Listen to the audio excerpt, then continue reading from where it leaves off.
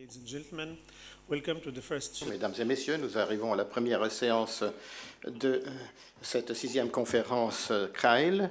Je vous souhaite à tous la bienvenue. Nous allons commencer un peu plus tard. Je vous prie de nous en excuser. Mais nous allons essayer de rattraper le temps perdu dans toute la mesure du possible. J'ai quatre orateurs pour cette première séance. Nous allons suivre l'ordre que vous avez dans la brochure de la conférence. Nous avons commencé tout d'abord par... D'abord, je voudrais vous dire que je suis extrêmement honoré de pouvoir présider cette séance avec ces orateurs si éminents. Nous allons suivre l'ordre que nous avons dans la brochure. Le Dr. Bassem Rice, le premier. Il a étudié à l'université de Münster en Allemagne. Il est professeur dans les universités libanaises et dans d'autres universités. Il s'occupe de philosophie, d'herméneutique.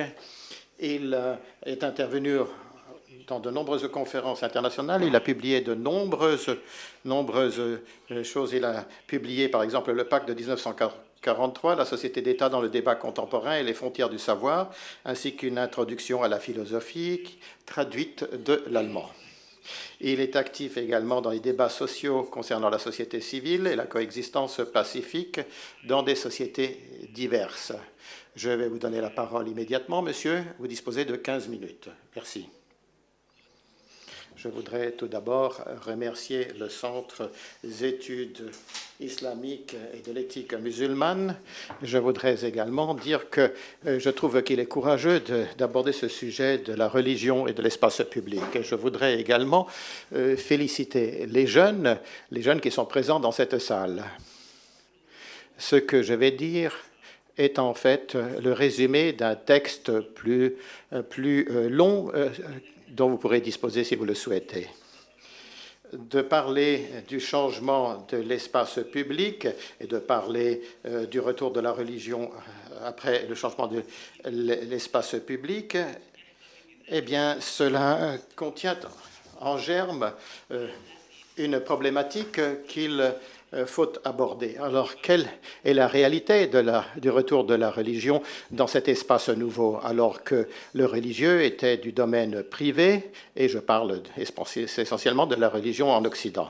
Alors, pour répondre à cette question, il faut en fait voir quelle est la position de la religion depuis l'époque moderne. Et il faut voir quelle est l'évolution de l'espace public pour parler d'un retour du religieux dans cet espace. Et il faut étudier et voir ce retour dans le cadre de certaines théories sur l'époque actuelle. La recherche de la religion dans l'espace public ne concerne pas que les religions monothéistes. Les autres religions, au fil des siècles et des civilisations, ne représentaient pas un défi pour l'espace public, parce que les deux s'interpénétraient. C'est Hegel qui explique cela. Il expliquait que l'esprit grec, à titre d'exemple de cette religion, qui satisfait les besoins de la vie, c'était une religion vivante, d'après Hegel. Cette interpénétration entre la religion et la réalité ne s'applique pas aux religions monothéistes qui se fondent sur la séparation entre l'espace naturel et la conscience, en considérant que la conscience était un pouvoir qui n'était pas à disposition de l'individu ou de la société. Et donc, il n'y a pas de concomitance entre la religion et l'espace public dans cette conception. Il y a un lien entre les religions donc monothéistes qui sont liées au pouvoir et au lien que ces religions ont avec le pouvoir. Il y a donc une lutte entre deux pouvoirs. Et la question qui s'est posée avec la modernité est de savoir comment traiter la religion en tant que réalité présente, qu'on ne peut pas nier, en essayant de voir quelle est cette cette notion de pouvoir dans ce contexte. Alors, cela se fonde sur l'idée suivante. C'est là une question morale, comme l'a dit Kant ou d'autres. Ce qui signifie, deuxièmement, que la religion, on peut l'absorber par le truchement de loi et de présenter son rôle comme limité à l'espace privé, parce que l'État ne peut pas nier la liberté de conscience, la liberté de croyance, que garantissent les lois. La religion doit être placée également devant la contradiction de la réalité scientifique, puisque il faut établir un lien un écart entre la légende ou la réalité. Donc, il y a eu une opération de retrait de la religion de l'espace public. Et cela s'est présenté sous forme de laïcité, où on donnait en fait une couverture en disant que ces trois dispositions dont parlait la modernité permettaient de sortir le religieux de l'espace public. Hans Joas a essayé de consacrer une étude complète à cette aspiration, c'est un sociologue allemand, en disant que cette aspiration, le dernier mot n'était pas d'élimination de la religion. Alors la question fondamentale qui se pose, c'est de savoir si la modernité se limite à cela. Et alors la question, c'est de savoir s'il ne fallait pas séparer cela des autres thèses que je présente comme suit en résumé. Les non-croyants pensent qu'ils dominent la modernité et qu'ils dominent en fait le progrès et que cela s'applique également à la religion. La conviction prédominante, c'est que nous vivons dans un monde unique et que d'en expulser la religion est nécessaire. On a la conviction également que la modernité, c'est la croissance économique, le progrès technique, et tout cela dépasse tout ce qui existait dans le passé et l'élimine. Et il y a donc un impact direct sur l'affaiblissement de la religion ou l'élimination de la religion. Ces trois considérations étaient liées à trois éléments. Si elles se généralisaient, on n'aurait plus besoin de la religion. Il y a l'élément cognitif d'abord. On considère que la connaissance de la religion n'est pas garantie et que, de toute manière, cela cédera la place à la pensée scientifique qui est plus sûre. Ensuite, si la religion était une compensation de quelque chose, alors il suffit de participer à la vie de la société. Il faudrait nécessairement s'impliquer davantage pour n'avoir plus besoin de religion. Et le troisième élément, c'est que si on pense qu'il y a une homogénéité de civilisation et que la religion n'a plus de rôle à jouer, eh bien alors à ce moment-là, le modèle pluraliste contribuera à affaiblir la religion. Joas en parvient à la conclusion que c'est l'idéologie de la majorité qui l'emporte. Et ce qu'il dit là est en fait tout à fait concomitant de ce qu'on dit sur l'espace public. Si l'espace public change, eh bien en Occident, on constate par exemple que bien souvent, l'espace public, eh bien la religion, bien souvent, a contribué à le définir. Et puis l'espace public n'est pas unique dans toutes les régions. Il y a des types de participation qu'ont connu diverses sociétés, et il y a un espace qui se distingue de l'espace privé, de l'espace public, c'est-à-dire du pouvoir, et ça c'est un espace ouvert à tous. Par conséquent, s'il y a une séparation entre l'espace public et l'espace privé religieux, sous des formes différentes, l'espace public et l'espace privé étaient distingués. Et c'est une différence qui a été le fruit d'une lutte pour la liberté. La notion de public est sous-tendue par la notion de liberté. Et l'espace public devrait donc être un espace dans lequel on peut librement s'exprimer. Par conséquent, on aurait un principe qui, en fait, dominerait la politique dans un espace démocratique.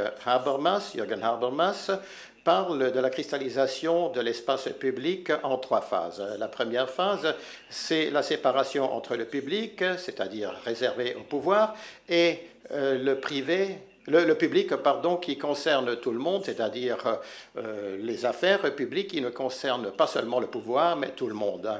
Et le pouvoir, à cette époque, et nous parlons du XVIe siècle jusqu'à la fin du XVIIIe siècle, était représenté par une alliance entre le pouvoir féodal, l'Église et divers autres acteurs qui, en fait, monopolisaient l'espace privé. La religion était en fait la liberté d'une appartenance privée. Et la classe bourgeoise, les commerçants, les commerciaux, trouvaient un lieu d'opposition au pouvoir. L'intitulé principal de la deuxième phase, c'était que l'on brisait ce qui était connu, ce qui était hérité, pour recourir à ce que l'on appelait le recours général à la raison. Alors cela ne se limitait pas à une classe spéciale de la société, cela concernait toutes les personnes intéressées par l'échange des idées. Et cela permettait de discuter en public des problèmes publics. Et ce n'est pas la pyramide sociale qui prédominait, mais c'était la force intellectuelle. Et cela conduit à ce que l'on a appelé la critique. Et les références monopolisant cet absolu, c'était les autorités spirituelles et les autorités publiques qui, en fait, dominaient le courant de la pensée intellectuelle. Et cela s'est cristallisé, en fait, dans l'humanisme. Cela s'est fait au niveau des individus dans la société, dans le cadre de liens sociaux reconnus, et d'autre part, avec une structure juridique fondée sur des critères généraux et abstraits dans laquelle l'individu était traité de façon individuelle. La troisième phase, c'est celle du libéralisme.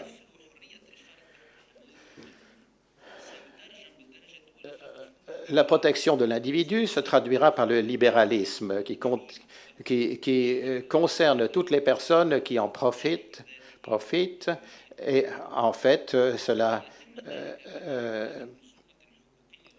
il fallait pour cela une structure intellectuelle et morale fondée sur la justice, sur l'équité. Ce type d'indépendance de libéralisme a ouvert la voie à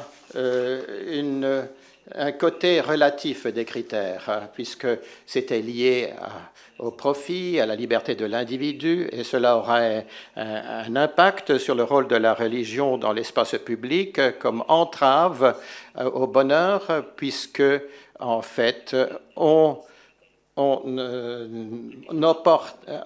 oppose à ce qui est relatif quelque chose qui est éternel, mais sans en prouver le bien fondé. C'est une troisième partie de mon intervention sur le retour de la religion. La religion dans le domaine privé et son expulsion du domaine public, eh bien, à l'époque des Lumières, comme cela a été dit par Horkheimer ou Adorno, tout cela a mis l'accent sur le côté relatif de la raison, puisqu'il faut, pour que l'homme soit heureux, qu'il dispose de liberté. Alors, en dépit de toutes les évolutions qui ont eu lieu, on peut dire que nous connaissons aujourd'hui une situation qu'on n'a pas connue dans l'humanité. Auparavant, il y a les dictatures qui doivent être en fait éliminées du fait de la prédominance de la raison. Et nous avons des catastrophes terribles. Nous avons les gens qui réclament la justice.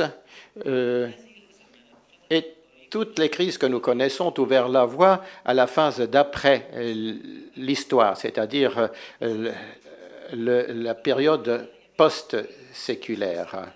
Et en fait, cela signifie que la raison s'interroge à partir de l'intérieur.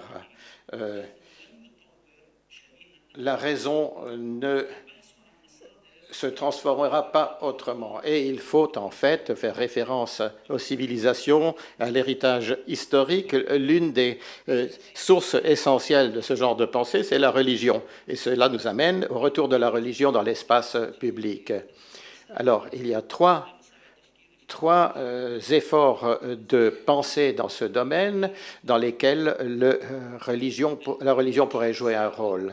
Il y a Charles Taylor, qui est un philosophe et un sociologue canadien, qui parle de la signification de la religion au niveau de la foi en le sens des mots.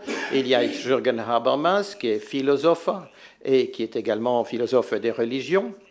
Et puis il y a Ken Wilber, qui est un scientifique américain, un spécialiste de la religion. Il présente une vision globale de l'histoire humaine. Chilster considère que nous vivons une phase nouvelle de l'histoire des sociétés, que l'on appelle la phase du néo-durkheimisme, par référence à Durkheim. C'est une phase où l'on veut en fait faire partie d'un groupe et où on veut faire partie également d'une classe de gens se fondant sur des données religieuses, ce qui, d'après lui, signifie que la religion joue désormais un rôle au niveau de la création de la personnalité individuelle. Et ce que dit Taylor se fonde tout d'abord sur une situation civilisationnelle qu'il qualifie d'interpénétration civilisationnelle. Les hommes, de plus en plus, s'éloignent des visions morales et ils cherchent quelque chose qui leur permette d'exister. Et il y a un autre élément qui se cristallise dans les diverses structures techniques qui ont une importance pour la formation de l'intelligence. Les gens s'efforcent de se réaliser, mais le résultat est souvent différent puisque l'individu est devenu un outil au service de la technique et il se limite à poursuivre, comme dit Tocqueville, ses petits désirs.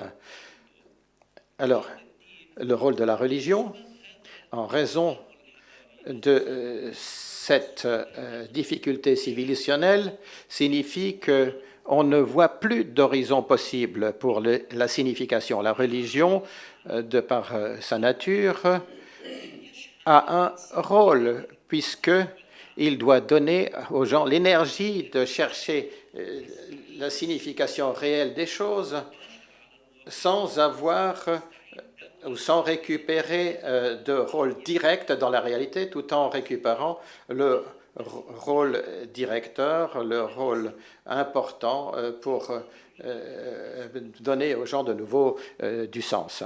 Jürgen Habermas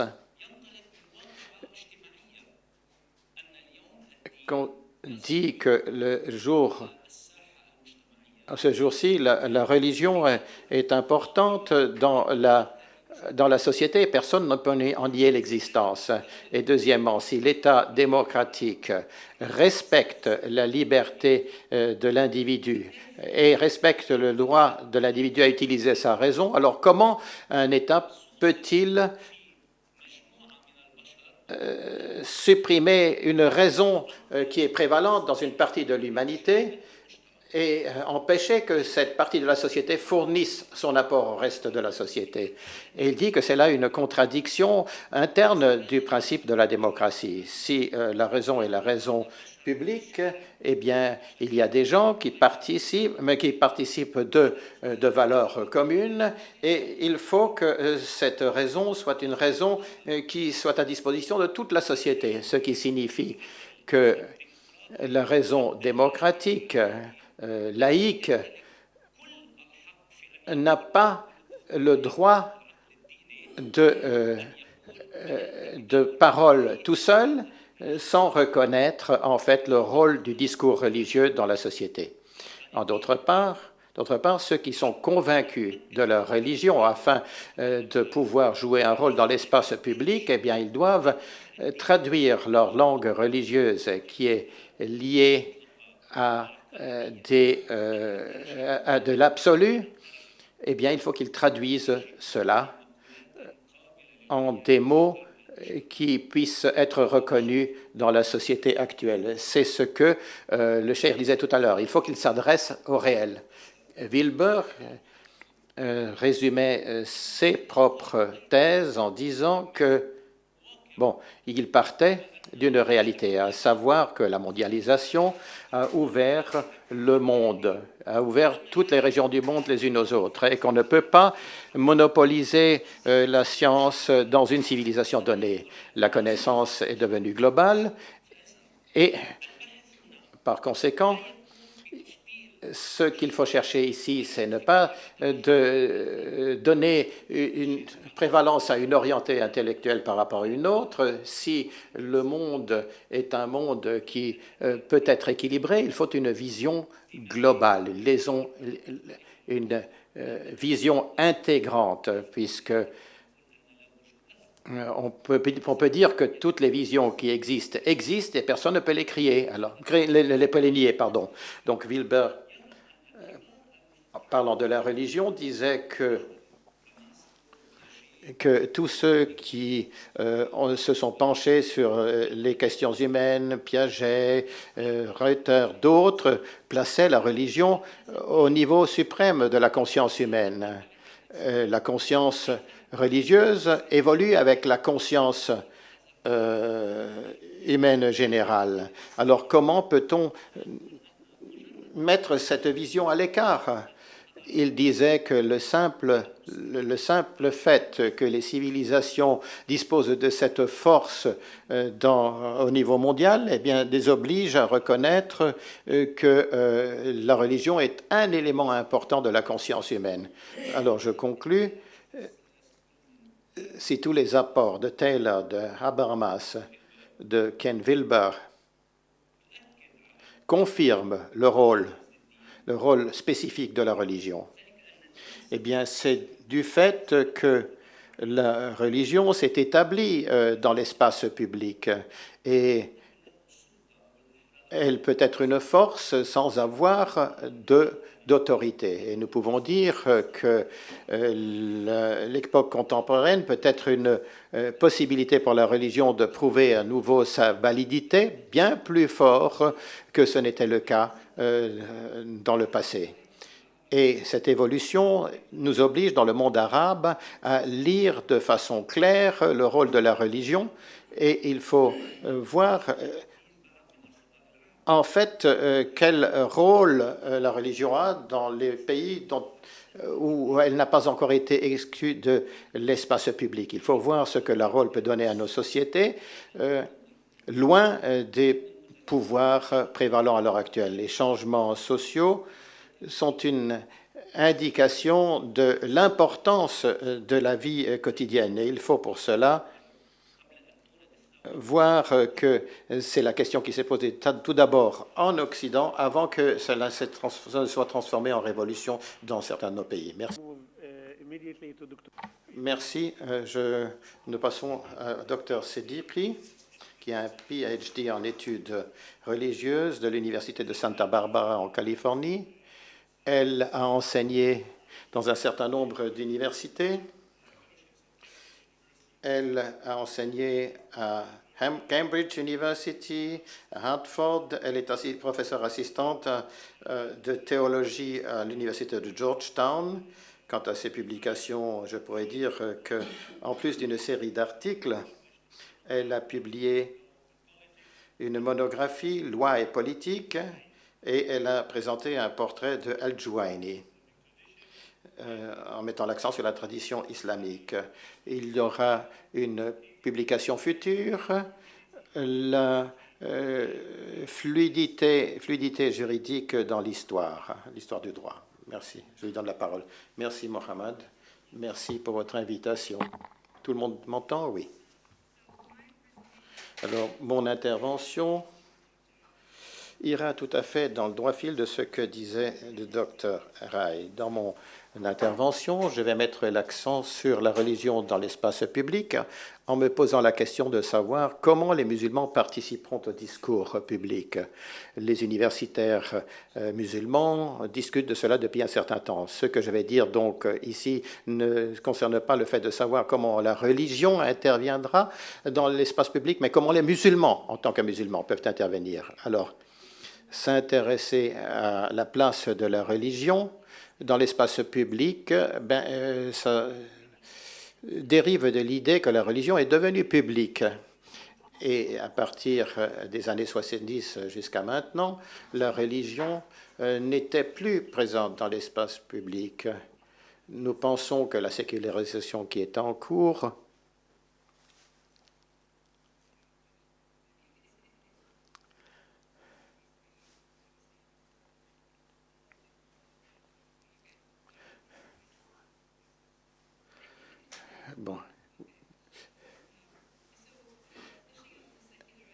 Alors, d'après la théorie de la sécularisation, il y aurait trois éléments qui font partie de la sécularisation. D'abord, la différenciation institutionnelle et la séparation entre l'État et le reste. Et l'idée que la religion ne joue plus de rôle puisque personne n'y croirait plus. Et troisièmement, la privatisation de la religion. Alors, les politiques religieuses partent de l'idée que la différenciation institutionnelle entre l'État et le reste part de l'idée que les deux autres thèses ne sont plus valables. Cet argument, d'autres s'en font l'écho, ils mettent l'accent sur le monde musulman et disent que la religion n'a jamais été exclue de la politique après la chute de l'Empire ottoman, même dans les États dits séculiers. Cela nous pose la question fondamentale. Si la religion devient publique, où se situe-t-elle dans l'espace public? Dans cette intervention, je vais essayer de répondre à cette question fondamentale en me fondant sur 4 enquêtes séparées. Je vais tout d'abord mettre l'accent sur l'espace public au sens large, essayer de le définir. Deuxièmement, je vais explorer les arguments en faveur de la religion dans l'espace public. Et troisièmement, je vais essayer de présenter les arguments de Jamet Jackson et d'autres sur l'islam dans l'espace public. Et je vais ensuite vous soumettre mes propres réflexions critiques. On part de l'idée que quand une religion devient publique, elle apparaît dans l'espace public, mais il faut nous demander à quel espace public nous faisons référence. La discussion académique sur l'espace public a été lancée, comme l'a dit mon collègue tout à l'heure, par Jürgen Habermas, la transformation structurelle de l'espace public. Il y a essayé d'y donner une vision historique de l'émergence, de la croissance et de la décadence de ce qu'il appelle l'espace public bourgeois. Il a dit que l'espace public était né au XVIIIe siècle en tant qu'espace distinct de l'État, où des individus pouvaient interagir en tant que citoyens et parler de leurs biens communs. L'État continuait de monopoliser la capacité d'imposer quelque chose aux citoyens, mais la délibération rationnelle se faisait dans l'espace public. Les deux éléments, d'après Habermas, c'était l'existence de cette délibération rationnelle et la définition du bien commun. Habermas a été loué pour son étude de l'espace public, mais il a négligé le rôle de la religion. Il partait de l'idée que l'espace public était séculier et que les discussions rationnelles étaient la conséquence des Lumières et de la période qui a suivi les Lumières. Mais dans l'espace...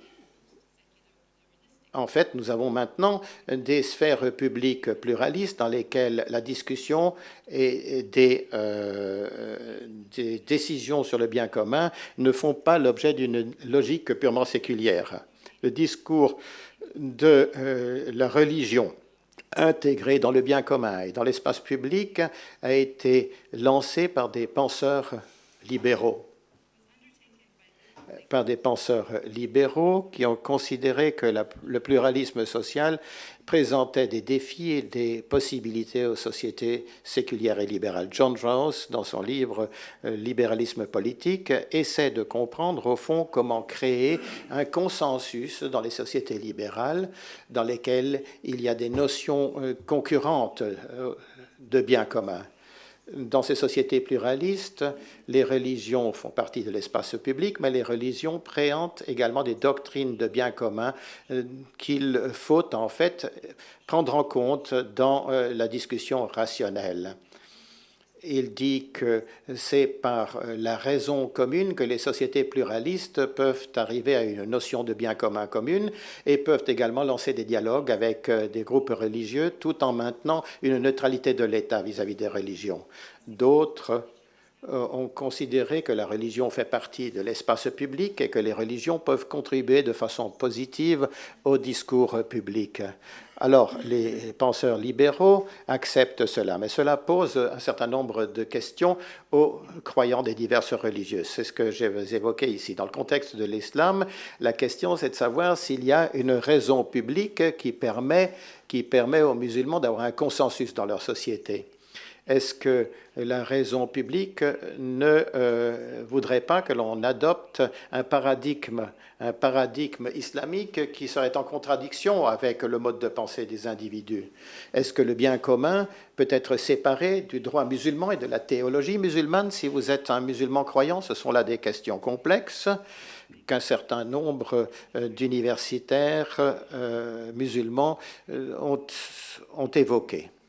Mohamed Fadl, dans son article Le bien, le bon, le raisonnable, et qui évoque la raison dans le monde islamique, eh bien, il dit qu'en islam, on ne peut pas définir un raisonnement logique qui serait en fait celui que promeut le droit. Il déclare que pour essayer d'étudier la raison et le public, il faut lancer un discours sur la théologie islamique, pardon. Et en fait,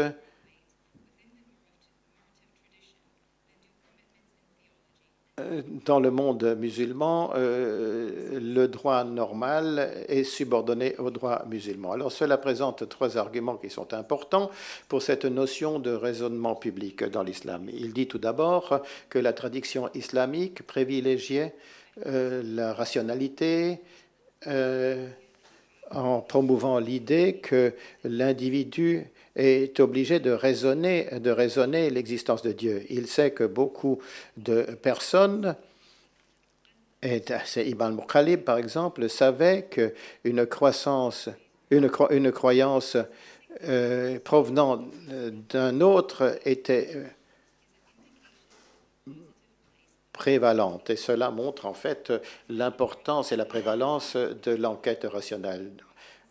Ce questionnement est déclaré louable, mais on met l'accent sur le fait que ce questionnement doit être intègre et qu'on lui donne en fait prévalence sur les conclusions auxquelles on arrive. Et parce que l'on veut un mode de création de la norme qui soit légitime. Et cela est en contradiction avec ce qu'il appelle le pluralisme dans le droit islamique. En d'autres termes, par un questionnement rationnel, bien que le questionnement rationnel ait été considéré important en théologie, on pensait également qu'à l'extérieur de la théologie, dans le régime du droit normal, c'était important aussi. Dernier argument de Fadel, le résultat de ce qu'il appelle le pluralisme normatif et le désir d'avoir des réponses juridiques à des questions qui n'ont pas de réponse dans les sources dont on dispose, doit nous amener à évoquer des arguments fondés sur la révélation, mais qui ne soient pas directement liés à cela. Et cela est à la base d'un raisonnement public qui se fonde essentiellement sur la notion de bien. Si l'on prend ces trois arguments, Fadel essaie de définir la validité, la primauté du raisonnement rationnel en islam, et il essaie de souligner cette notion de pluralisme normatif. Et il veut montrer également qu'un raisonnement qui n'aurait pas été révélé est tout aussi important qu'un raisonnement révélé. Par ces trois éléments, il souhaite, et son objectif est celui-là, il veut montrer que le raisonnement public existe en islam et qu'on peut l'appliquer au type de raisonnement public promu par le droit.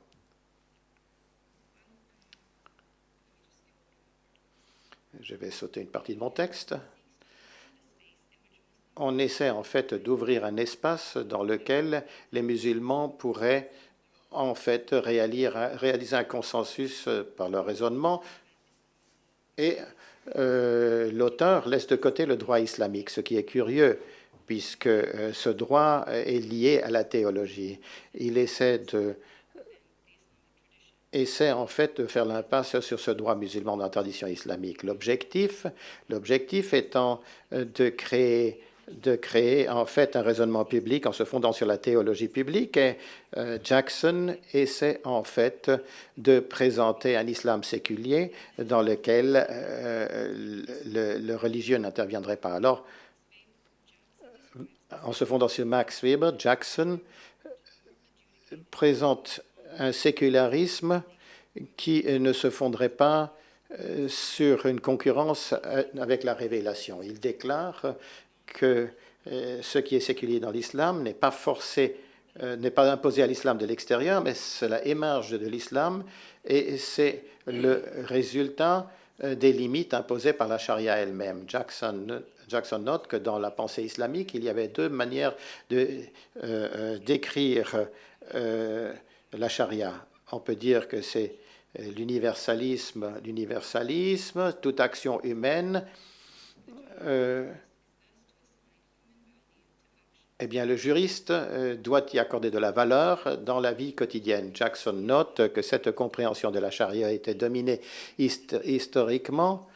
Il reconnaît que d'autres visions de la charia étaient également présentes, qui définissaient le rôle que devait jouer. Il note Al-Ghazali, Al-Kharafi, Ibn Taymiyyah, qui reconnaissent que certaines matières et certaines sciences rationnelles, eh bien, la charia n'y pénètre pas. Dans ces domaines, les individus ne peuvent pas se fonder sur les sources scripturaires de la charia ou sur la méthodologie de la charia. La charia, dans cette vision, d'après Jackson, est, je cite, le moyen par lequel la volonté de Dieu se présente en termes vérifiables et objectifs. Fin de citation. Mais même si la charia ne s'occupe pas d'un problème de façon concrète, Jackson reconnaît l'existence de tous les autres modes d'évaluation rationnelle qui peuvent parvenir à des conclusions tout à fait valables. Jackson, pour soutenir son argument, comme Mohammed Fadel, bien revient au kalam, à la théologie. Et il déclare que les intellectuels ont toujours considéré que on pouvait en fait déterminer des jugements de valeur par un raisonnement rationnel, avant et après la révélation. Jackson met l'accent essentiellement sur la recherche par les individus de jugements donc de droit, alors qu'il fait l'impasse un peu sur l'éthique qui pourrait créer des éléments communs dans la société. Alors, Jackson déclare que d'avoir une vision séculaire, un espace public, permet de le séparer de la législation musulmane qui pourrait être prédominante, et cela permet également aux musulmans de délibérer dans la sphère publique, dans la mesure où cela s'insère dans un cadre séculier musulman. Jackson se fonde sur le droit islamique. Et il essaie en fait de mettre l'accent sur la recherche rationnelle dans un espace où les musulmans pourraient raisonner dans des sociétés libérales et de façon légitime. Il faut savoir qu'en plus de mettre l'accent sur la recherche rationnelle, eh bien, il y a une idée circonscrite de la charia. Il s'agirait des dictats moraux ou éthiques, comme le dit Fadel, où cela pourrait être quelque chose de contraignant en fournissant uniquement des lois vérifiables et concrètes, comme le dit Jamin Jackson. Dans ces deux argumentations, c'est aux musulmans, en tant que société et individus, qu'incombe le devoir de déterminer comment intervenir dans la sphère publique. Ces deux choses sont nécessaires, certes, mais ignorent certains éléments de l'espace public qui doivent être problématisés pour que le discours religieux puisse être efficace et accepté quand il émerge. Les deux éléments problématiques que j'aimerais évoquer ici, c'est la nature exclusive de l'espace public lié au pouvoir de l'État et le fardeau qu'imposent les universitaires aux personnes religieuses. L'espace public a été défini comme quelque chose de séparé, mais les universitaires ont déclaré que les sociétés modernes ne laissent rien sans le réglementer. Et il y a donc une critique de l'État moderne disant qu'il n'y a pas d'espace dans lequel les citoyens pourraient négocier librement les uns avec les autres. Point de citation. Donc la modernité vise à institutionnaliser certains principes, et l'un de ces principes, c'est le sécularisme. Il ne s'agit pas simplement d'institutionnaliser cela au niveau de l'État, mais également dans l'espace public. L'espace public, quand il a été créé, était exclusif. Les hommes, les femmes, les minorités en étaient exclus. Cette nature d'exclusion continue si les religions ne sont pas toutes en mesure d'accéder à l'espace public. Et il faut qu'elles recourent à des raisonnements qui soient acceptables pour la société moderne. L'espace public est nécessairement articulé en pouvoir. Une telle critique du pouvoir moderne et de l'espace public vise à souligner que simplement d'ouvrir un espace au raisonnement public aux musulmans, cela ne suffit pas.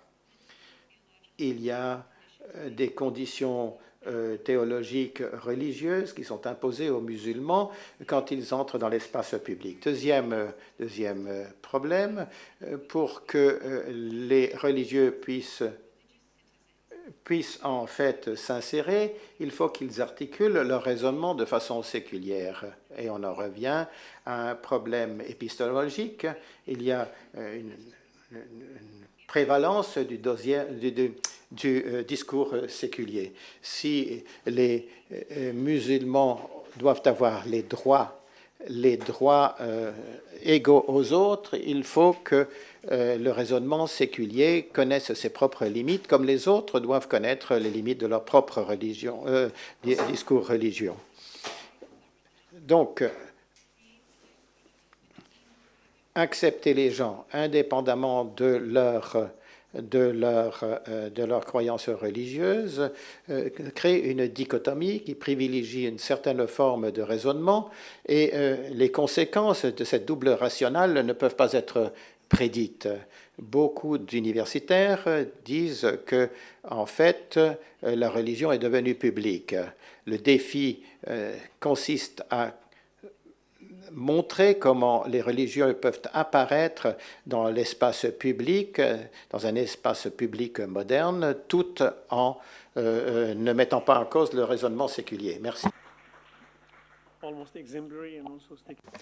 Merci, madame. Vous avez presque respecté le temps qui vous avait été imparti. Mais en tout cas, merci d'avoir un petit peu relancé la cadence. Je vais passer la parole à présent, Cheikh Farouk Fariz, notre prochain orateur. Sa contribution aujourd'hui fait partie de ce qu'on appelle la bonne coutume que nous avions entamée ou que nous avons décidé de commencer dès cette 6e édition de CAI en invitant des étudiants du CAN, donc des étudiants qui sont occupés à rédiger leur thèse de master. Donc, leur donner la parole, c'est Farouk qui s'y attellera pour cette session et c'est Youssef pour la prochaine. Donc, bienvenue Farouk à cette conférence et à cette session en tant qu'orateur. Thank you. You see, the audience is not Vous voyez que le public n'est pas tout à fait neutre. has his own fans also. Vous avez des fans apparemment, Farouk. We'll speak about this later in the class, inshallah. Nous en parlerons plus tard en classe. Alors, Farouk est actuellement étudiant diplômé poursuivant sa maîtrise en pensée islamique et éthique appliquée à l'université Ahmed bin Khalifa. Il a obtenu une licence en sciences religieuses avec mention Université islamique internationale de Malaisie. Farouk est également très actif dans différentes actions communautaires à Singapour. Donc, à côté de ses engagements académiques, il est impliqué dans des programmes et dans des actions communautaires, comme je l'ai dit, dans son pays, à Singapour, à travers ses séjours à l'association des enseignants islamiques et religieux de Singapour et le groupe de réhabilitation religieuse. Il est aussi membre du réseau des anciens du KL. C'est avec grand plaisir donc que je lui donne la parole. Vous avez 15 minutes. Merci beaucoup, Dr Ali. Merci de cette présentation, merci à Okai, merci aux organisateurs de m'avoir donné cette responsabilité. Tout d'abord, je commencerai par vous dire que je ne suis pas un cheikh, même si mon nom est Cheikh Farouk Faris. C'est avec beaucoup d'humilité que je me présente devant vous parmi des grands savants. Donc, pour commencer mon propos, je dirais que le sujet que j'ai choisi fait partie en fait de ma thèse. Je vais essayer donc de résumer tout cela en 15 minutes. Soyez patients avec moi. À la grâce de Dieu, je ferai de mon mieux. Un des principaux défis pour ceux qui veulent aborder la question du VIH/SIDA en islam et avec les musulmans qui portent la maladie, c'est une tentative de trouver une position dans le cadre de la communauté musulmane dans son ensemble. Donc le plus important, c'est d'aborder le texte, mais aussi la communauté. Il y a quelques réponses dans le texte auxquelles on croit, nous pouvons nous en écarter. Il existe aussi d'autres éléments sociaux qui nous imposent de parler en tant qu'obligation morale. Par exemple, l'histoire de ce que dit le Coran. Donc, honore tes parents. Mais aujourd'hui, on a plein de musulmans qui abandonnent leurs parents une fois atteints des âges avancés. Donc, et quand on dit que cela, c'est contre l'islam, on n'encourage pas à abandonner les parents. Donc, vous nous dites que vous avez toujours prêché pour que les gens n'abandonnent pas les parents, mais moi, en tant qu'assistant social, je vois la réalité, je vois que les gens sont dans les rues, que les parents sont dans les rues, malheureusement. Donc là, c'est une confrontation directe entre la réalité, entre l'éthique.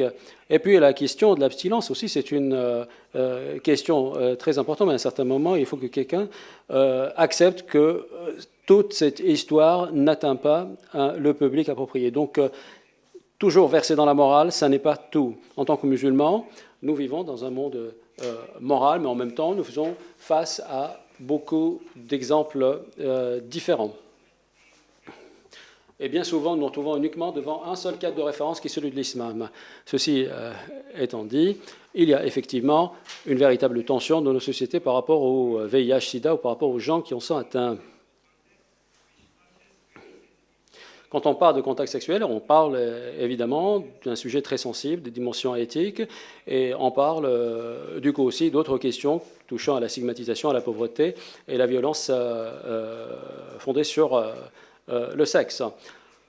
Et donc, Voyons un peu comment l'islam aborde la question du VIH-Sida. Il y a deux approches. La première approche considère le VIH-AIDS comme étant une maladie du mode social.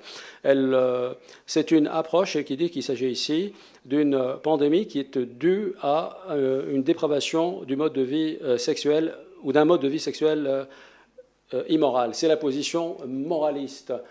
Et c'est Malik Badri, un psychologue musulman qui avait été le premier à donner une position musulmane. Il nous suggère un modèle axé sur les principes musulmans et qui a pour but de galvaniser les musulmans et de ne pas laisser la place à une position apologétique et qui émane de principes moraux occidentaux. Toutefois, ceci a été reçu avec beaucoup de résistance d'un autre camp, le camp de la prévention. Étant musulman, ce n'est pas une prémunition du VIH-Sida. Il faut donc prendre en considération l'état psychologique des victimes et mettre au point des stratégies pour humaniser ceux qui vivent à la marge de la société ou ceux qu'on appelle en arabe les mustadrafoun, voilà, les plus vulnérables sur Terre. Cette position est connue comme étant l'approche libérationniste. Elle est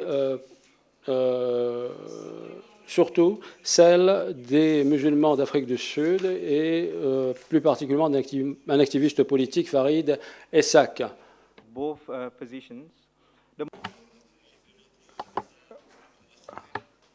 Alors, l'islam, un islam qui serait un islam de valeurs civilisationnelles en conflit constant, qui ne pourrait pas être concilié avec les institutions familiales. Alors, en plus, on voudrait promouvoir une civilisation contre une autre.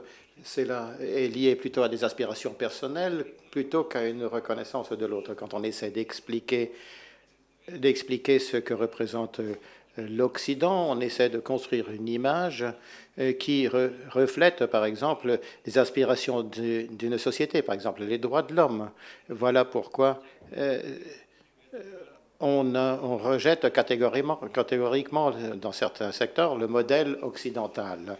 Et cela se fonde sur une expérience politique, le colonialisme, la modernité occidentale, en créant une stratégie de prévention fondée sur l'islam. Ça, c'est impératif, certes, mais cela ne permet pas de répondre pleinement aux problèmes.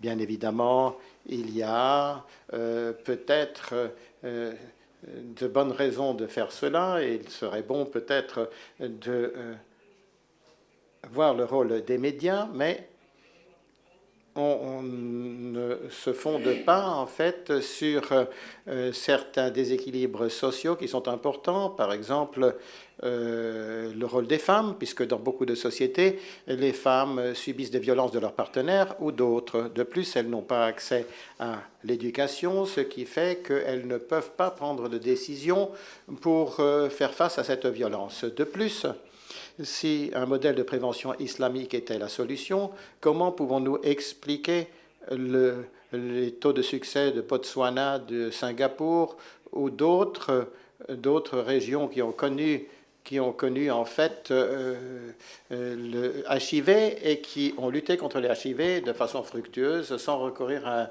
modèle islamique. Alors, il s'agit de voir quel rôle jouent tous les facteurs sociaux dans la diffusion de l'HIV. Alors permettez-moi de vous faire part d'un petit récit. Il y a une femme qui était au bord d'une rivière, et il y a un enfant qui passe près de cette rivière, elle le prend, et quelques jours plus tard, elle trouve un autre enfant dans la rivière, elle en prend soin,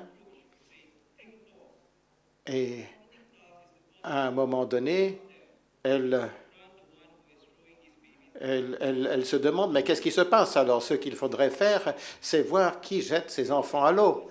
Alors, ce n'est pas un acte de compassion ou de simple douceur, mais l'approche islamique, c'est une approche qui établit un lien entre la théologie de la compassion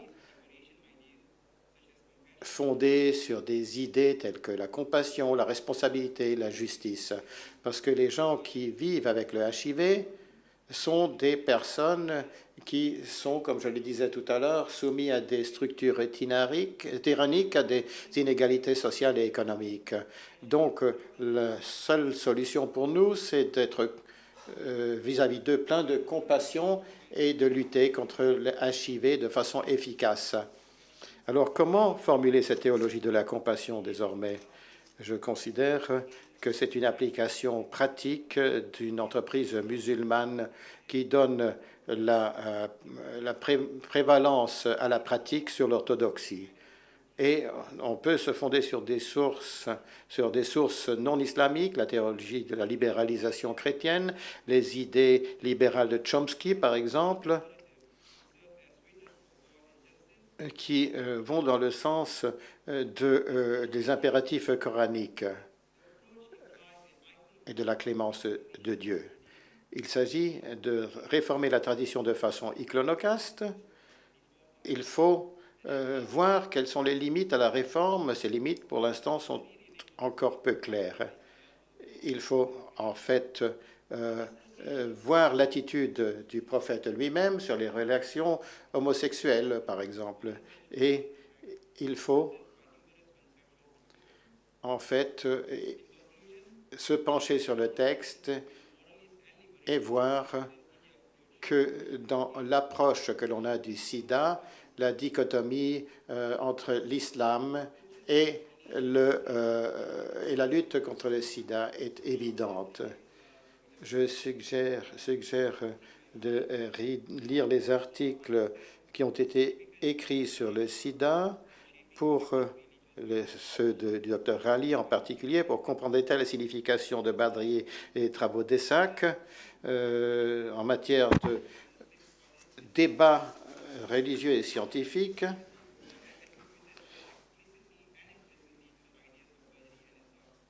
Les scientifiques se fondent pour beaucoup sur les idées de ces deux universitaires.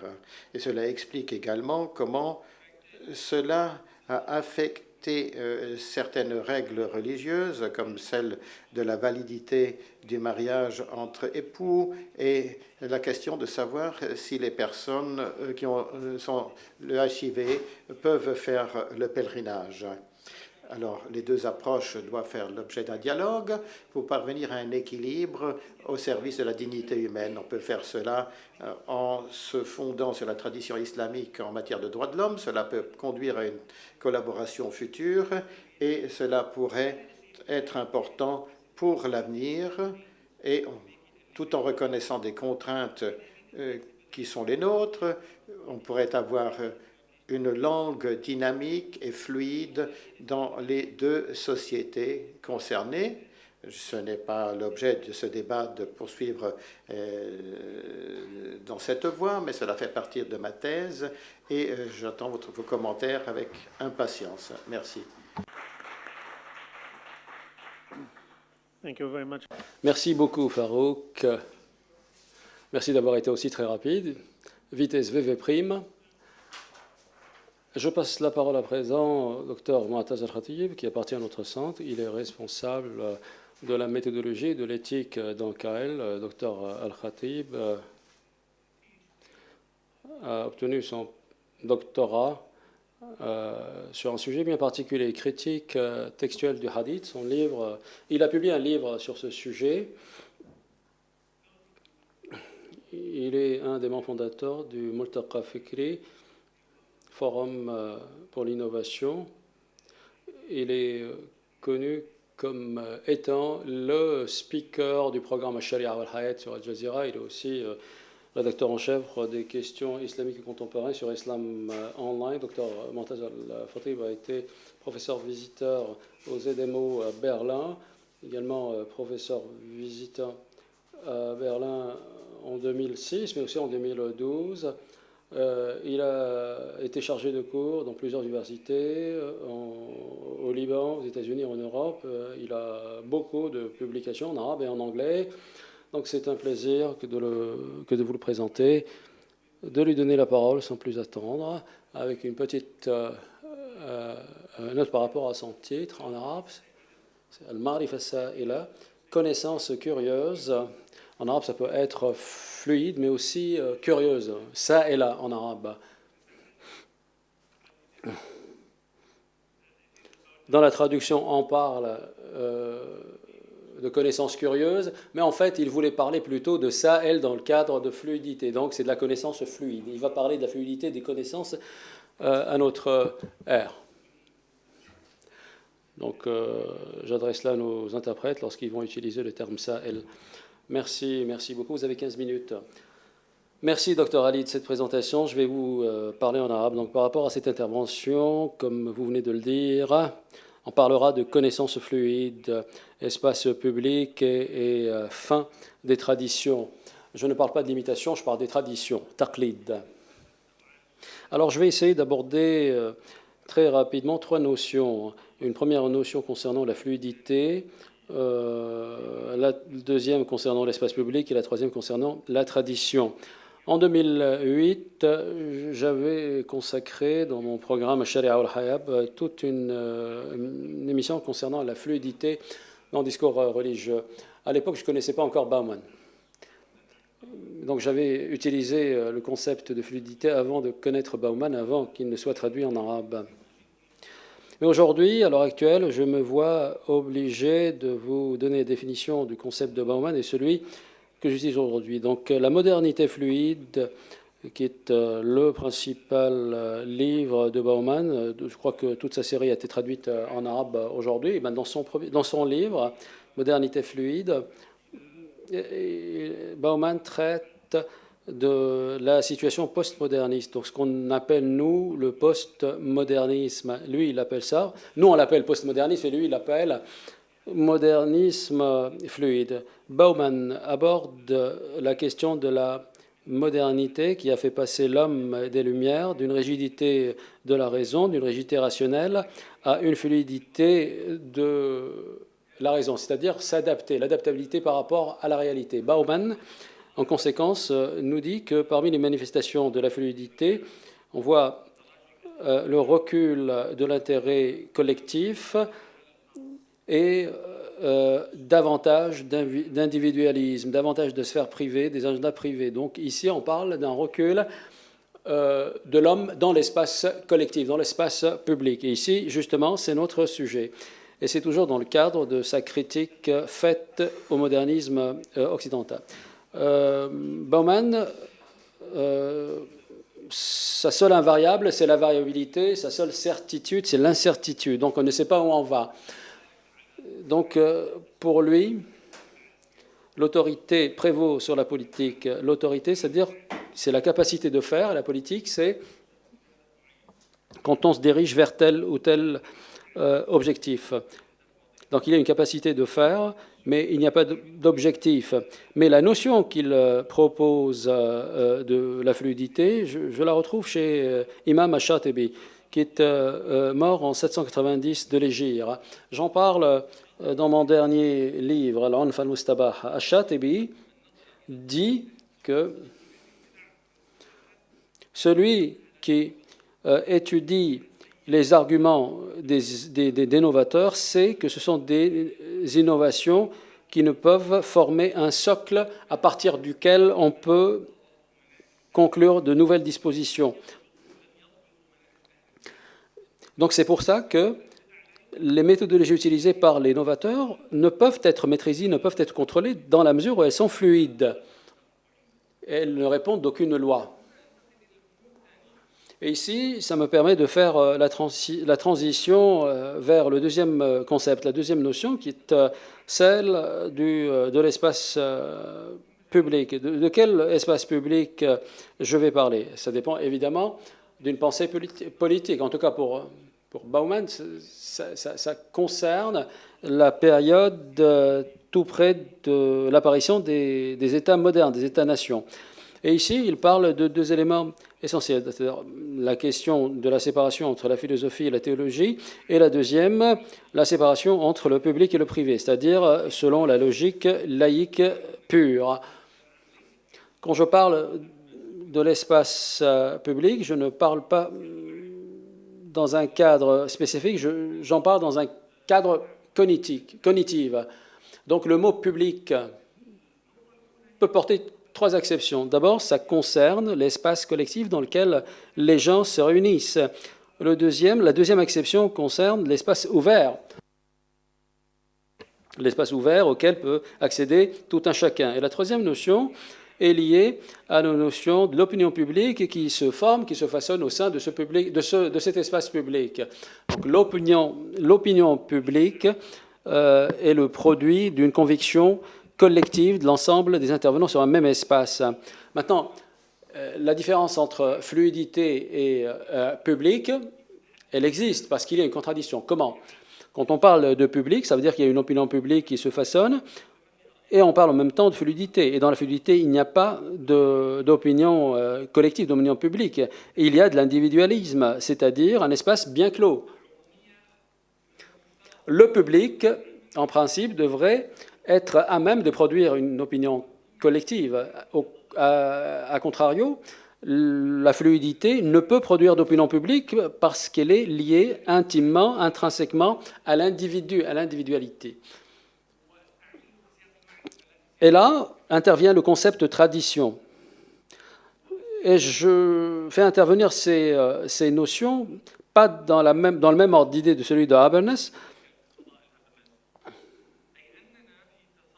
Donc, d'après moi, je pense qu'on est en train d'être témoin à l'émergence d'un espace public difficilement maîtrisable.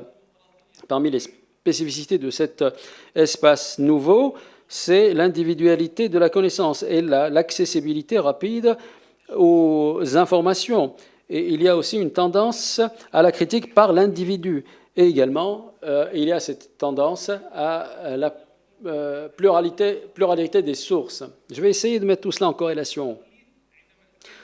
Quand j'utilise le terme tradition, taqlid, eh bien ici je fais référence à un système de connaissances, à une façon d'apprendre, une façon de produire des connaissances, génération après génération, par le biais d'une interaction permanente entre le texte et la réalité, et cela uniquement des mains des élites.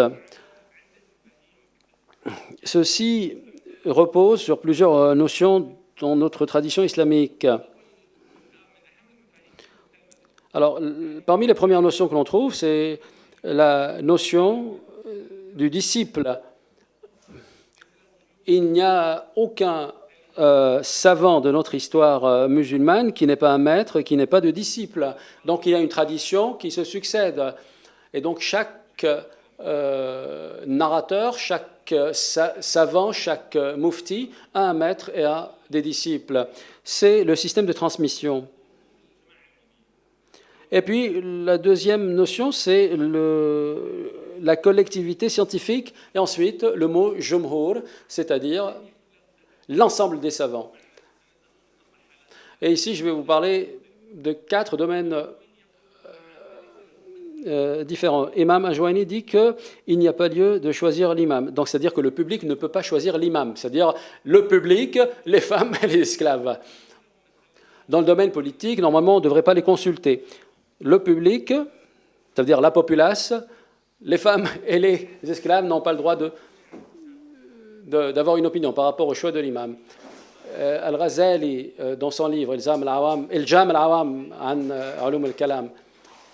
Et pour ce qui est de la législation, Shatibi parlait du sens public et du sens privé. Le sens public, il est accessible à la populace, mais ils ont un niveau de compréhension qui est en deçà de celui de l'élite. Ibn Rushd, en philosophie, dit que la populace n'a pas les moyens de comprendre la preuve, parce que la preuve, la démonstration, a besoin d'une élite savante. Et du coup, la connaissance se limite à 4 domaines. Donc philosophie, législation, politique et polémique, théologie, etc. Donc la populace avait vraiment un espace très restreint, pas d'accès au domaine scientifique, n'avait même pas la possibilité d'intervenir dans le choix de l'imam. Mais dans les conceptions classiques, la démonstration ne peut être comprise que par l'élite. Et d'ailleurs, la seule façon de faire passer la connaissance à la populace, c'est par les paraboles. Mais aujourd'hui, ce n'est plus la même chose. Il y a une véritable démocratisation du savoir, des connaissances. Les moyens d'apprendre sont devenus démocratiques. Et on est passé d'un analphabétisme traditionnel à une lutte contre l'analphabétisme moderne.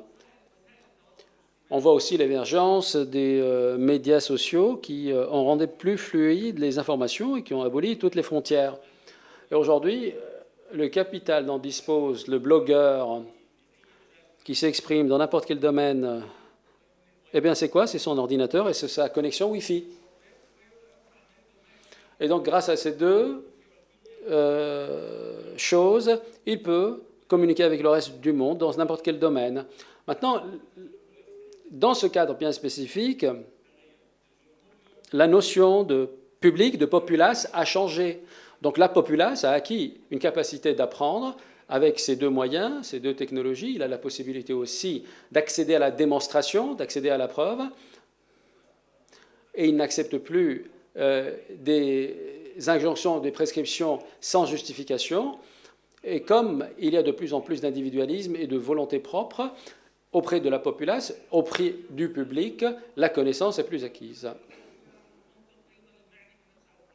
Et cette logique, d'ailleurs, est passée directement à la connaissance elle-même, à ceux qui la produisent. Et donc, même dans la connaissance, dans le domaine de la connaissance, l'individu devient producteur, quelle que soit la spécialité, quelles que soient les qualifications. Surtout dans le monde arabe, il n'y a pas vraiment de droit de propriété intellectuelle. Tout qui veut publie ce qu'il veut. D'ailleurs, cette tendance a commencé des années 90. Depuis les années 90, on a fait face à des projets culturels, à des projets de réforme religieuse. Mohamed Chahrour, par exemple, Nasser Mohamed Abou Zaïd et d'autres en sont les purs produits. Ils viennent de l'extérieur du domaine exclusif des études islamiques. Et toujours, c'était concomitant à l'émergence de l'Internet, si vous vous en souvenez, mais aussi la prolifération des stations de télévision satellitaires, et également l'apparition des mouftis hors institutionnels. Et donc le public dispose aujourd'hui d'un grand flot de connaissances, d'informations qui sont à sa disposition, à portée de main, mais en même temps, il n'a pas encore acquis la capacité d'organiser les connaissances. L'organisation des connaissances nécessite du temps, alors qu'aujourd'hui, il faut suivre la cadence, et ça demande aussi la spécialisation. Donc il n'y a ni le temps ni la spécialisation qui est accessible au public. Sans oublier aussi qu'il y a aussi différentes exégèses possibles, différentes interprétations possibles. Le public repose donc sur les interprétations et sur le développement jurisprudentiel individuel et sur des développements jurisprudentiels, ijtihad, aberrants, ou qui suscitent la surprise. Mais bon, on fait face donc aujourd'hui, et en conséquence de cela, à un recul des véritables sources scientifiques. Par exemple, il n'y a plus de chaînes de transmission traditionnelles, comme par exemple le système de Ijaza. Il y a un recul des prises de position à l'unanimité ou de concert entre les différents savants. Il y a un recul également du mécanisme du tawatur, qui est le consensus entre les savants, et il y a aussi un recul de la coutume. Il y a même aujourd'hui un recul du système des interprétations. Et face à tout cela, il y a donc toute tout cet arsenal de fatwas aberrantes et qui sortent de l'habituel, de la coutume. Donc face à la fluidité, peut-être c'est à cause de la fluidité, on peut dire qu'on fait face à un néo-traditionnalisme. Les pères fondateurs du néo-traditionnalisme, c'est Guénon, René, début du XXe siècle. Parmi les élèves de cette école, Abdelhakim Mourad, dans le monde arabe par exemple, cette nouvelle mentalité souhaite une récupération du contexte moderniste, mais à l'encontre du modernisme européen. Mais aujourd'hui, après l'imprimerie, fin du 19e, ensuite l'Internet, eh bien tout cela n'a pas contribué au développement de la connaissance, mais ça a contribué à son nivellement par le bas. Tous ces moyens n'ont pas contribué à l'évolution, au développement de la connaissance, ça a contribué à son nivellement par le bas, à son écartèlement, à sa dislocation. Donc pourquoi l'homme est passé du contexte de la connaissance organisée à la production de ce qu'il estime comme étant de la connaissance et des positions individuelles, personnelles dans la religion et ailleurs, comme par exemple les miracles du Coran. Et puis, vous savez, même en Amérique, il y a des gens qui disent que la Terre n'est pas ronde, qu'elle est plate. Ils réunissent de l'argent pour construire une fusée et prouver par l'observation que la Terre n'est pas ronde et qu'elle est plate, etc. Donc vous voyez bien que les tendances actuelles s'écartent de la véritable connaissance. Et quelles sont les conséquences de cette fluidité sur la connaissance scientifique spécialisée? Est-ce que le problème réside dans le discours religieux lui-même ou est-ce qu'il réside dans les moyens que nous donne l'époque dans laquelle nous vivons? Est-ce que la nature de l'époque que nous vivons est fluide? Et c'est ça qui donne cet état de choses. Évidemment, ce sont des questions que je vous pose. Je ne peux pas fournir des réponses, mais je vous la livre. Et je terminerai par une seule idée. Ici, il faudra revenir à une notion qui s'appelle l'histoire chevauchante, entrelacée. On peut parler aujourd'hui de plusieurs sociétés qui coexistent au sein d'une et même société. Au sein d'une même société, vous avez des gens qui lisent du Malik Ben Nabi, du Bauman, du Tariq Ben Assad. En fait, il n'y a plus de société monolithique, il y a des sociétés entrelacées qui vivent dans le même temps et dans le même espace. Merci. Merci. Nous passons désormais à la partie difficile des questions et réponses. Le temps presse, nous avons encore une autre séance qui nous attend. Nous avons pris un peu de retard et je souhaite donc de la part de ceux qui interviendront qu'ils soient précis, qu'ils posent des questions précises pour que nous puissions en fait ne pas empiéter sur la session suivante. Nous disposons d'une demi-heure. En gros, je vais maintenant ouvrir cette séance de questions-réponses. Qui souhaite intervenir?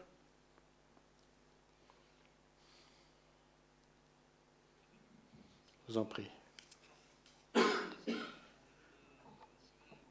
Une observation rapide et une question au Dr Matas. Je suis spécialiste des communications et je pense que cette fluidité au sens sociologique a créé un genre de chaos cognitif à notre époque moderne, en particulier avec la diffusion très vaste des réseaux sociaux, et vous avez évoqué dans votre intervention les diverses enclaves de connaissances que l'on trouve sur l'Internet, et cela se trouve à tous les niveaux de connaissances, y compris au niveau de la législation religieuse. Alors, ce que je n'ai pas compris, c'est comment il serait possible que l'évolution technologique en cours depuis environ 30 ans, avec la révolution des chaînes satellitaires et ensuite l'Internet, la révolution technologique, et dont ont profité les diverses institutions universitaires, les diverses maisons d'édition, les institutions de l'État et même les défenseurs des droits de l'homme. Tout cela prédomine dans l'esprit public. Alors, quelle maison d'édition aujourd'hui souhaite vraiment démocratiser la connaissance? Alors, je suis peut-être en désaccord avec vous. J'aimerais que vous m'expliquiez davantage ce que vous avez dit tout à l'heure pour que je comprenne mieux. Aujourd'hui, nous vivons peut-être un type de chaos au niveau des contacts des réseaux sociaux. Cela a créé la possibilité de diffuser des informations qui ne sont pas vérifiées et qui sont douteuses, et un autre espace s'est créé dans lequel on démocratise la connaissance. Il y a peut-être des minorités culturelles, religieuses ou autres. Où trouve-t-elle l'occasion de se manifester sur les réseaux sociaux? Prenez par exemple les universitaires et les livres électroniques, etc. Tout cela s'était limité à certains secteurs précis dans le temps, et maintenant c'est ouvert à tout le monde. Dans le passé, on avait des difficultés à trouver des sources. Aujourd'hui, on va à la bibliothèque électronique de son université. Alors, combien de livres sont-ils disponibles sous PDF, y compris sur les sciences islamiques à Google? Même si vous tapez Google aujourd'hui, vous avez toutes les possibilités possibles et imaginables. Donc je suis en désaccord avec vous sur ce point. Précisez peut-être votre pensée. Nous avons une démocratisation de la connaissance, certes, avec du chaos, et ce n'est pas nécessairement négatif dans cet espace virtuel. Merci. D'autres questions?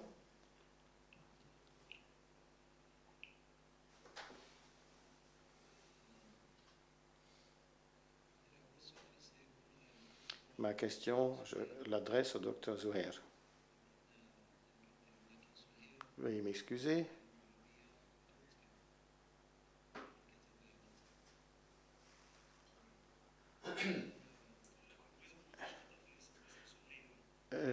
Je m'appelle Souheira. L'orateur pensait que le nom de l'intervenant avait été mal rédigé. Alors, enfin, tout ce qu'on évoque ici fait partie d'une problématique. Ou bien la problématique présentée ici, c'est l'intelligence dogmatique et l'intelligence critique dans le domaine islamique. L'esprit critique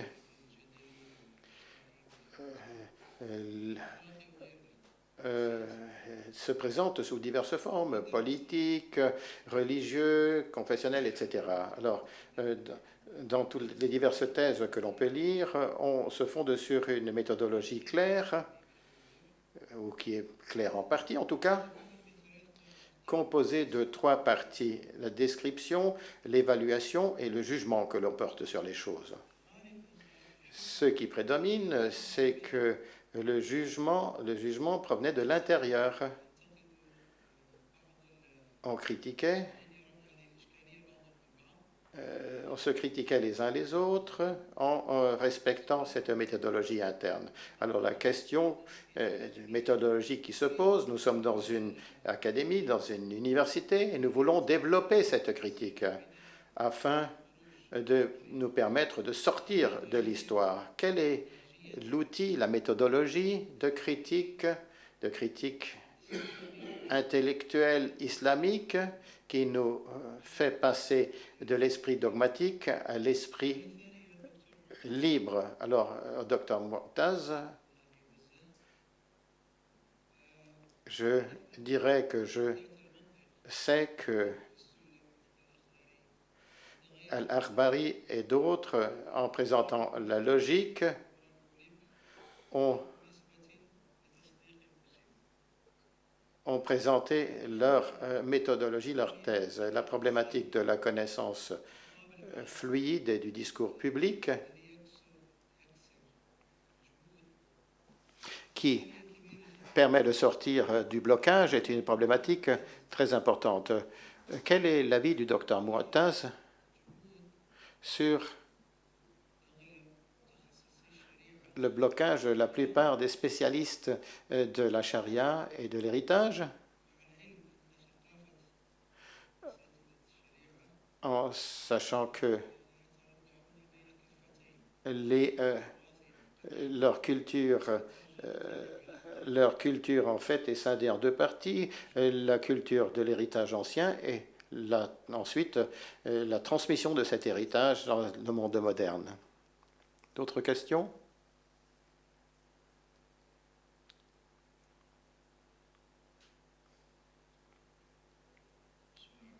Au nom de Dieu, le clément, le miséricordieux. Je voudrais remercier une fois de plus le Centre d'études islamiques et tous ceux qui sont intervenus. Et je voudrais remercier le directeur également. La question s'adresse au docteur Al-Khatib. Pour ce qui est de la fluidité que vous évoquez, est-ce que vous ne considérez pas que le texte résumé qui est présenté le plus souvent comme le texte contemporain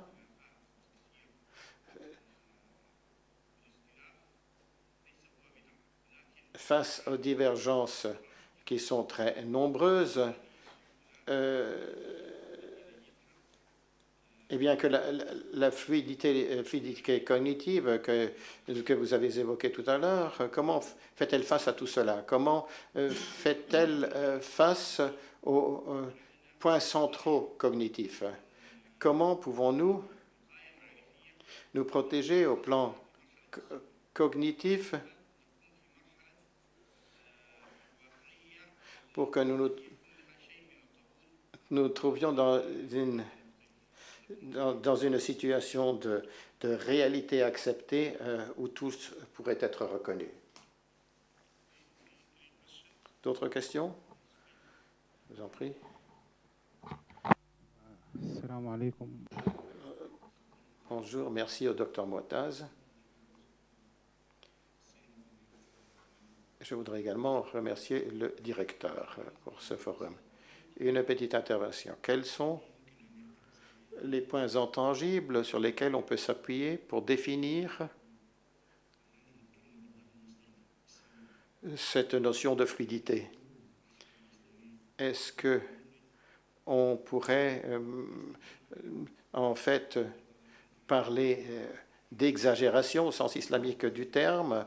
Est-ce que ce terme-là pourrait être utile? Merci. D'autres questions?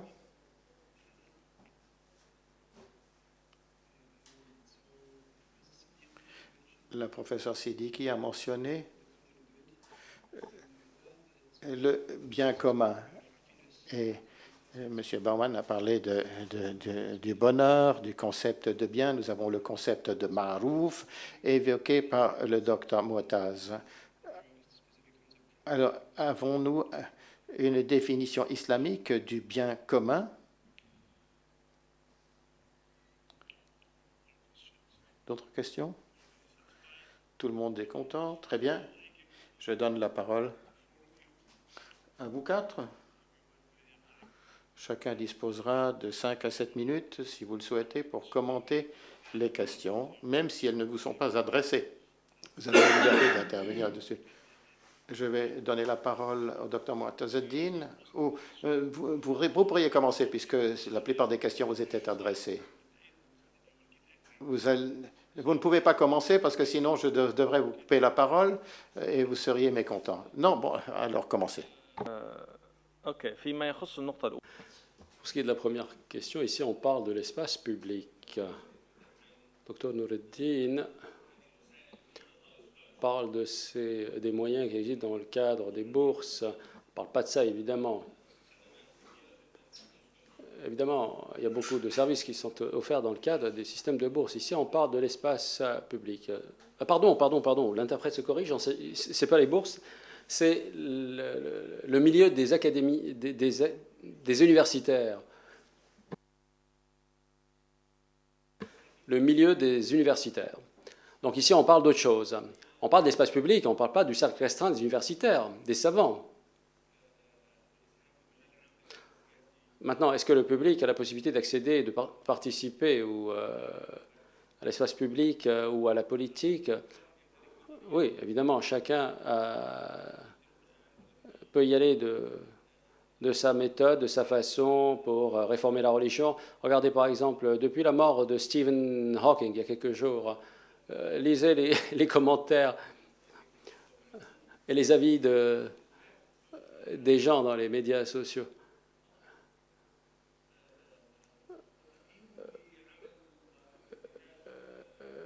Vous verrez qu'on ne parle pas uniquement de la chimie, de la physique et de l'astronomie.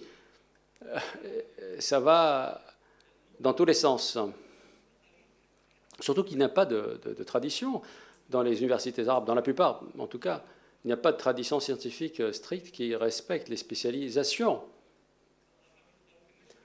Il n'y a pas non plus de tradition dans le domaine des maisons d'édition. Combien y a-t-il de maisons d'édition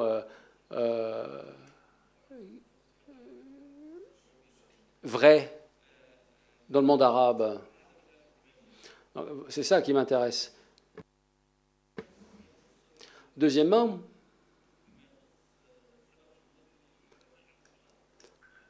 je n'ai pas bien compris la question. Est-ce que vous voulez dire pourquoi est-ce que les savants se trouvent coincés dans la tradition? Hors microphone, l'interprète n'entend pas. أيوة.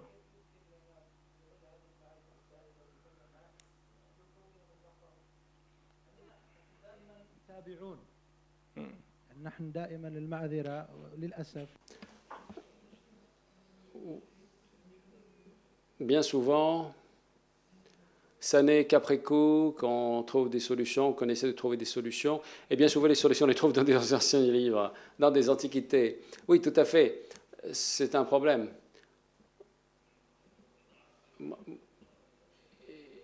Bon, parmi les problèmes aussi, c'est le recul des traditions. Quand on parle de tradition, ça n'est pas toujours de revenir vers des livres d'antiquité. Il faut qu'il y ait une accumulation des connaissances. Chaque savant, évidemment, apporte une contribution nouvelle, mais en se basant sur le socle qui est déjà posé par ceux qui l'ont précédé. Malheureusement, il y a eu une interruption dans cette chaîne de transmission, cette chaîne de cumul des valeurs. Ce que produisent les universités arabes ou islamiques, malheureusement, c'est très pauvre.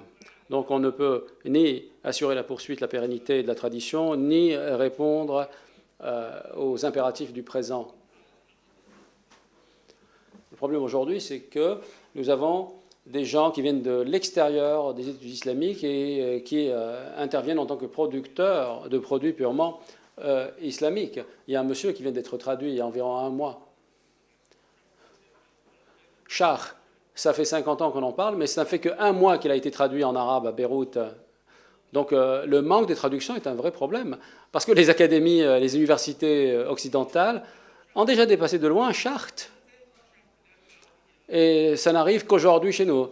Qui va lire Chartres en arabe aujourd'hui, et alors qu'il est ignorant de tout ce qui a suivi Chartres? Donc on va en fait reproduire les problèmes après la traduction. La traduction, c'est une arme à double tranchant. Parce que là, on est en train d'importer des problèmes d'autres contextes vers le nôtre, vers notre contexte. Comment peut-on maîtriser la fluidité? Moi, je ne pense pas qu'il existe quelque chose qui puisse entraver la fluidité. Les logisticiens pourraient y croire, mais pas moi. Moi, j'aime pas trop les définitions. Moi, j'aime bien parler des notions plutôt que des définitions. Les définitions logiques n'ont aucun sens. C'est pour ça que ça ne m'intéresse guère. Donc, les définitions larges, ça me dit rien. On parle de notions. le domaine des notions, le domaine notionnel est vraiment complexe. Et donc, dans le domaine des notions, domaine notionnel, il n'y a pas de définition généraliste. Les Grecs aimaient bien ça. Et pour ce qui est des biens publics, une question a été posée sur ça.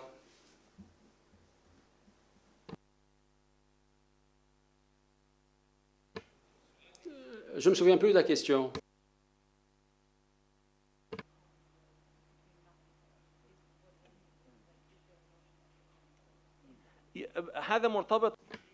Bon, ici, ça rejoint quelque chose d'important, c'est-à-dire l'idée de bien public, là où on trouve entrelacé la modernité et la tradition,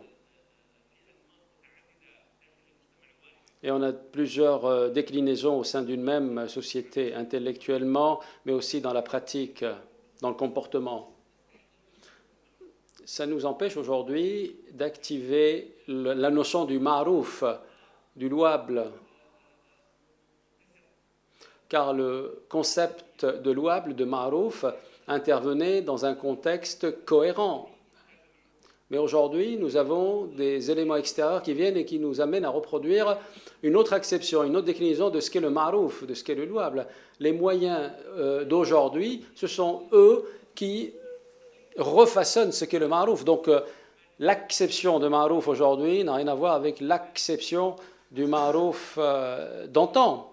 Le ma'rouf d'antan, c'est celui qui est accepté par la communauté ou qui est rejeté par la communauté. Et aujourd'hui, cette nouvelle acception, elle est le fruit direct de l'entrelacement qui existe entre les différents systèmes de pensée. Comment veux-tu maîtriser le ma'rouf, le louable, alors que tout est sujet à discussion, alors que le monde est ouvert par les médias sociaux. Ce qui se passe en Égypte a une influence sur ce qui se passe ici. Ce qui se passe en Syrie a une influence sur nous, personnellement. Donc, il faudra donc redéfinir ce qu'est le bien public, ce qu'est le ma'rouf, sur fond des pouvoirs, des contre-pouvoirs qui existent aujourd'hui, et sur fond des entrelacements qui, malheureusement, sont intervenus au sein d'une même société, mais entre différents systèmes de pensée. Microphone.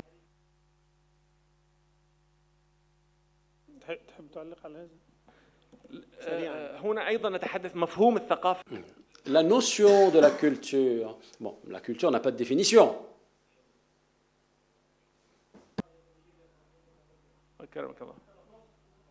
Microphone.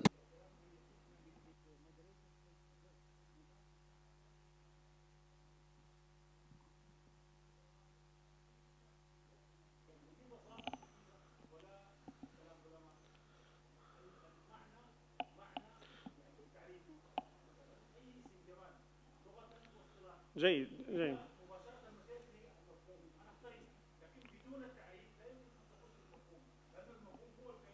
جيد جيد جيد أخي الكريم. عموما إحنا يعني Bon, le but ici, évidemment, c'est de ne pas, ça n'est pas d'arriver à un consensus. Chacun s'en a vu et on respecte évidemment tous les avis. Est-ce que vous pouvez répondre rapidement à la question de la notion de la culture? Bon. On parle ici des définitions larges et restrictives.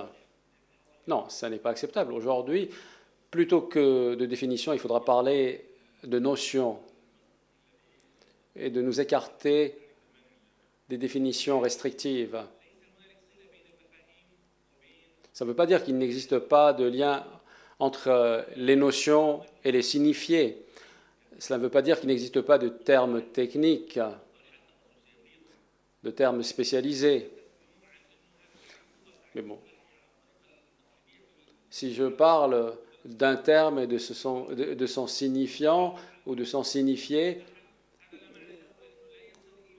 tel que c'est enseigné dans les universités d'études islamiques arabes, je pense que cette façon ne produit pas de notions.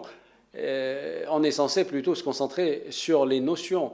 Et puis d'ailleurs, il y a une différence entre la notion de culture et la notion de connaissance.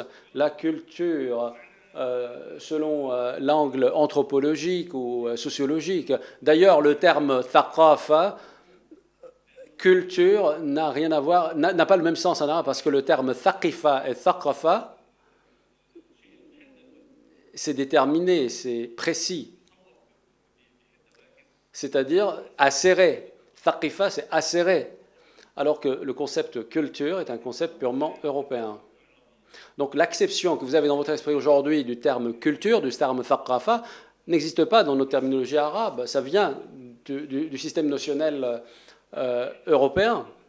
Il y a plusieurs notions qui déclinent la culture. C'est pour ça que je dis qu'il n'y a pas de définition de ce qu'est la culture. Il existe bel et bien des notions à la culture. Madame Souhaïra. Question. Il y a 10 ans, j'ai essayé de trouver une définition du modernisme. Je l'ai trouvée chez l'imam Surdoussi. Et il dit, entre parenthèses, que le modernisme, c'est l'innovation. Est-ce que c'est cela? Microphone. Thank you. Yeah, on the question of critical thinking. La question de la pensée critique. Je pense que la tradition islamique est fondée tout entière sur la pensée critique. Je ne voulais pas dire que l'esprit critique devait être introduit dans l'islam ou que cela n'existait pas en islam. Mais si vous voyez toutes les disciplines, que ce soit les usul al-fiqh, le kalam, la mantiq, le jadal, toutes ces choses-là, sont des exemples du fait que la pensée critique existe dans la tradition islamique. Ce qui est important, c'est de comprendre la tradition islamique dans son intégralité et de les faire dialoguer avec d'autres traditions. Ce que Jermain Jackson et Mohamed Fadel ont tenté de faire, ce n'était pas de dire que la pensée critique n'existait pas dans la tradition islamique. Ils essayaient de dire comment la compréhension que l'on a de la pensée critique à l'intérieur de la tradition islamique a un impact sur les sociétés libérales, sociétés séculières. Leur argument ne concernait pas à dire que nous allons avoir des contacts avec eux en fonction de leur logique, mais que notre tradition nous donnait en fait les outils pour avoir avec eux une interaction.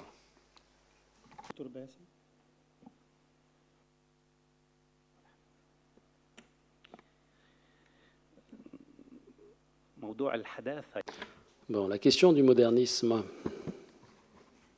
comment l'appréhender? En fait, c'est sortir de la tradition pleinement et parfaitement. C'est ce qui s'est passé en tout cas en Occident. Alors, ce qui s'est passé en Occident, je pense que c'est une fin brusque de la dimension dogmatique. Mais le pragmatisme est resté. Par exemple, la justice. Dans le cadre du modernisme, on considère que la justice fait partie de la réalisation du modernisme. Mais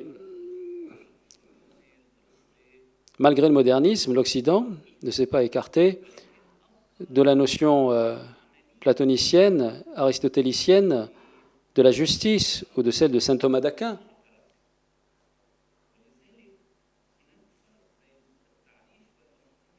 Donc il existe une différence entre la définition et la notion à plus d'un égard. La notion porte sur le théorique et sur le pratique. C'est-à-dire que la notion porte à la fois sur la définition et sur l'action. Mais il n'y a pas de contradiction avec la définition. Donc je ne peux pas parler de justice si je ne dispose pas d'une définition claire de ce terme. Mais l'intérêt, c'est que ce terme dispose des moyens de démontrer de son importance sur le terrain pragmatique, le terrain pratique. Je ne suis pas un spécialiste de l'islam, mais bon, je peux dire que dans le monde arabe, le problème auquel on fait face, c'est cette tendance à s'auto-flageller. Et quand on s'auto-flagelle, on n'avance pas. La pensée n'avance pas. L'Occident, quant à lui, a débouté tout un pan de son histoire et a repris l'autre pan restant. Mais chez nous, quand on s'autoflagelle, on se coupe de nos traditions. Aujourd'hui, la modernité réinstaure la notion de la tradition. Donc, nous apprenons une nouvelle fois des Occidentaux, parce que leur point de départ, c'était un point de rupture, finalement, par rapport à leur passé, parce que l'Occident a tenté de se départir parfaitement de la religion, quant à la forme. Mais bon, malgré tout, les valeurs de cette religion existent encore. Donc aujourd'hui, qu'est-ce qu'on fait dans l'Occident? C'est de réconcilier la réalité et le passé. C'est une véritable école. Mais pour cela, il faudra que l'on reconnaisse toutes ces tentatives qui s'opèrent ci et là dans le monde arabe, qui n'excluent pas, par exemple, de voir ce qui se passe en Occident. Comment puis-je, par exemple, contribuer au développement de la pensée islamique si je ne prends pas en considération les écrits de Mohamed Harkoun ou de Nasser Abou Zaid, quelle que soit ma position par rapport à eux? Si l'on veut vraiment donner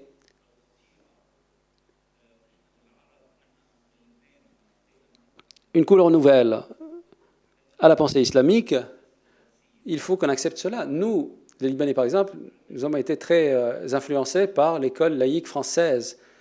C'est la laïcité à la française qui a imposé la rupture avec le passé. Mais bon, en Occident, il y a d'autres écoles. Il y a l'école allemande qui n'a pas ce même niveau de rupture avec le passé. Il y a eu une transition souple, sans heurts. Ils ont trouvé des ponts de liens entre la tradition et la modernité. Et leur essor a été complètement différent de celui qu'a vécu la France avec le laïcisme français. Et à nous maintenant, les musulmans, les arabes, de voir comment est-ce que l'on peut assurer cette transition de façon encore plus souple, de façon qui réponde aux aspirations des arabes et des musulmans. Merci. Merci beaucoup, Farouk. Est-ce que vous avez quelque chose à dire? You have the full freedom. Vous pouvez, vous savez. Okay. I hereby conclude. Très bien. Merci beaucoup. Et rejoignez-moi pour remercier les 4 orateurs. Merci beaucoup. Merci de vos contributions. Merci aussi des questions du public. Nous revenons à 3h30 pour la deuxième session. Je donne la parole à Rawan. Très bien, nous arrêtons pour une pause et nous reviendrons à 15h30, à la grâce de Dieu, comme l'a dit Dr Ali. Merci.